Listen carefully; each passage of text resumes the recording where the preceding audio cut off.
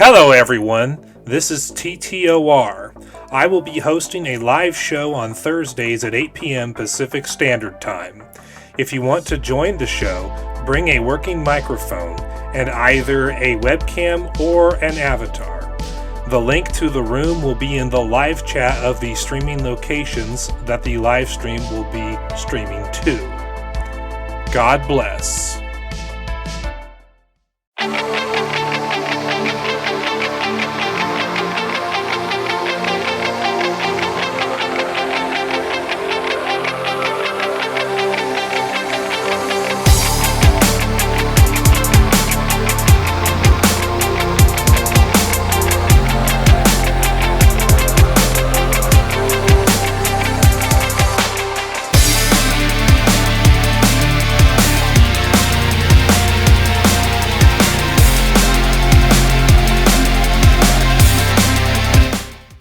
Hello there everyone! If you're watching this video, then you are part of the TTOR army, an army that is building itself up one subscriber at a time. As you can see from the title and thumbnail of today's video, today we're going to be dealing with a wild, wacky, tobacco claim made by a so-called scientific study put forth by evolutionists.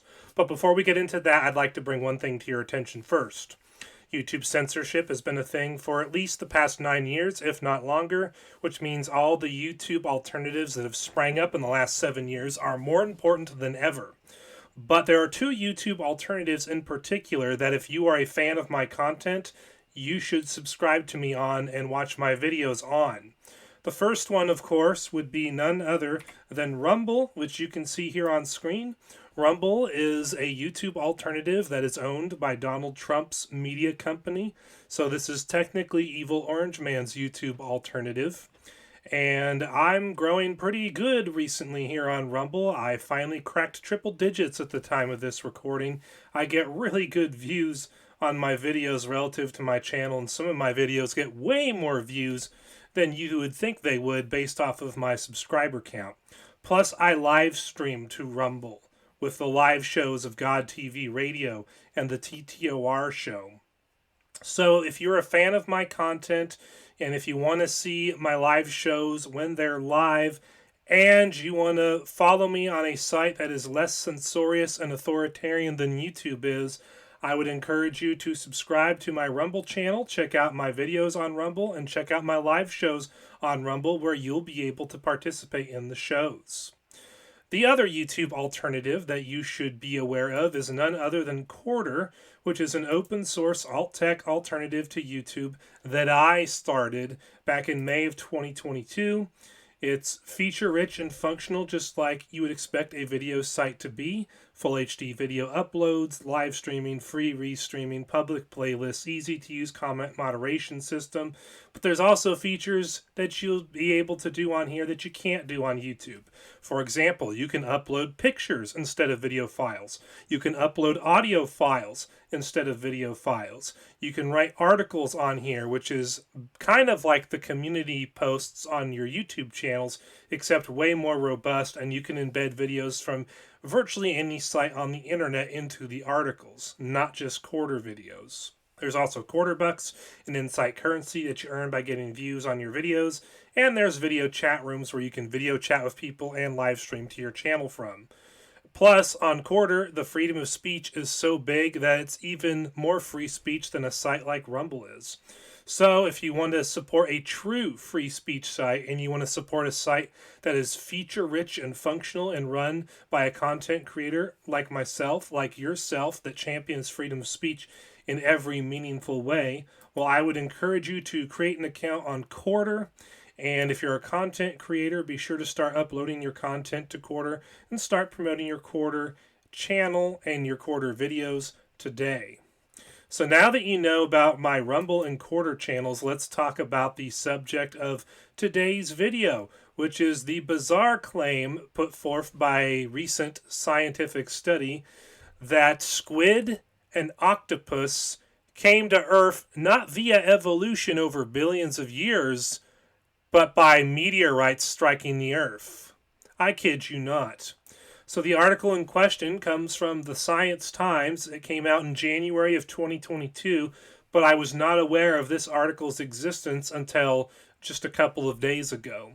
The article is titled, "Did Octopus Come from Outer Space? New study claims meteor impacts brought these 8-armed creatures to Earth." It's not a terribly long article, so we're going to read and react to the entire thing. Article says, "Did the octopus come from outer space? The question may sound funny because so far scientists have not proven yet if life exists beyond Earth, but a study argues that the octopus and squid were not originally from Earth." Well, if it sounds funny, that's because it is. It's quite silly to suggest that octopus and squid came to us from outer space via meteorites, but let's keep going. Rather, it says that the 8-armed creature fell from the space in icy Bolides several 100 million years ago. They said if life on Earth started thanks to a rain of retroviruses that fell from space, it is also possible that the same thing happened with the octopus and squid, but how true are these claims? Out of this world origin of octopus and squid. In the 2018 study titled Cause of the Cambrian Explosion, Terrestrial or Cosmic, published in the journal Progress in Biophysics and Molecular Biology, researchers raised the possibility of the octopus and squid coming from other planets. And if you click on that hyperlink, it takes you to this article, which you can see on screen, and I will have a link to this article in the description box below so that you can read it for yourself. But let's keep reading the article. Daily Star reported that Australian researchers led by molecular immunologist Edward J. Steele argued that volcanic eruptions or meteor impacts may have blown away these sea creatures out of their original planets and caused them to travel through space for billions of miles in a kind of suspended animation before reaching Earth. Wow, that's quite the imagination that this guy has. You know, the problem with those who are unable to see evolution, I think, is they don't have imaginations. The paper suggests that cryopreserved eggs of either squids or octopuses could have arrived in icy Bolides several 100 million years ago, noting that these creatures appear to have some evidence of pre-existence. Scientists said some genetic data from octopuses and other cephalopods provide challenging examples of conventional evolutionary thinking. Furthermore, the paper also pointed out that life may have evolved on Mars before the planet became the wasteland it is today. But most of the paper touches on the controversial theory of panspermia, in which it theorized that microorganisms drifted from star to star on the tails of comets. With that said, they also questioned the origin of tardigrades, which are microorganisms that can be found anywhere on the planet.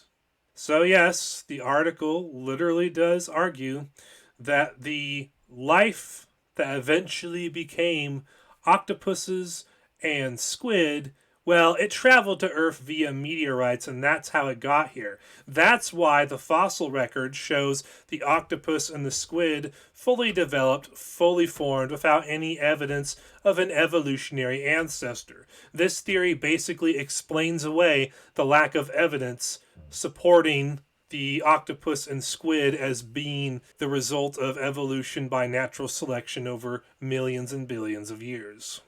But now we get to my favorite part of the article, which reads as the following. The idea presented in the study that life could have originated beyond Earth is not something new. Stephen, I can't pronounce that, wrote in Cosmos magazine that the theory of panspermia had been around even during ancient Greece, but this is perhaps the first time that a scientist has used it in a study.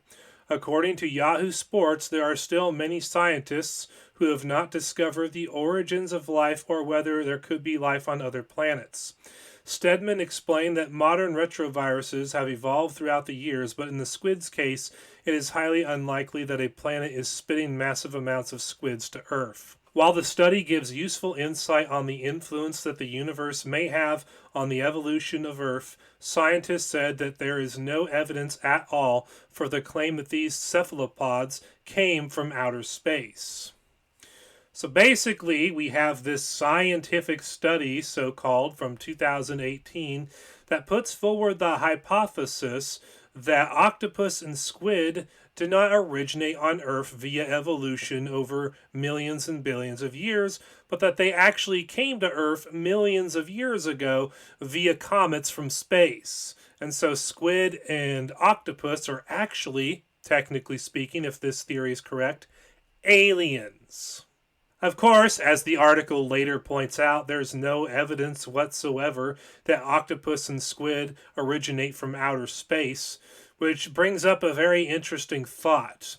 Because if you look at atheists and evolutionists on the internet over the past several decades, you will notice that atheists and evolutionists will claim that young Earth creationists like myself are anti-science because we reject evolution and deep time and Big Bang cosmology. They also claim that because I'm a young Earth creationist, I reject all evidence and all information in all fields of knowledge in order to hold my worldview.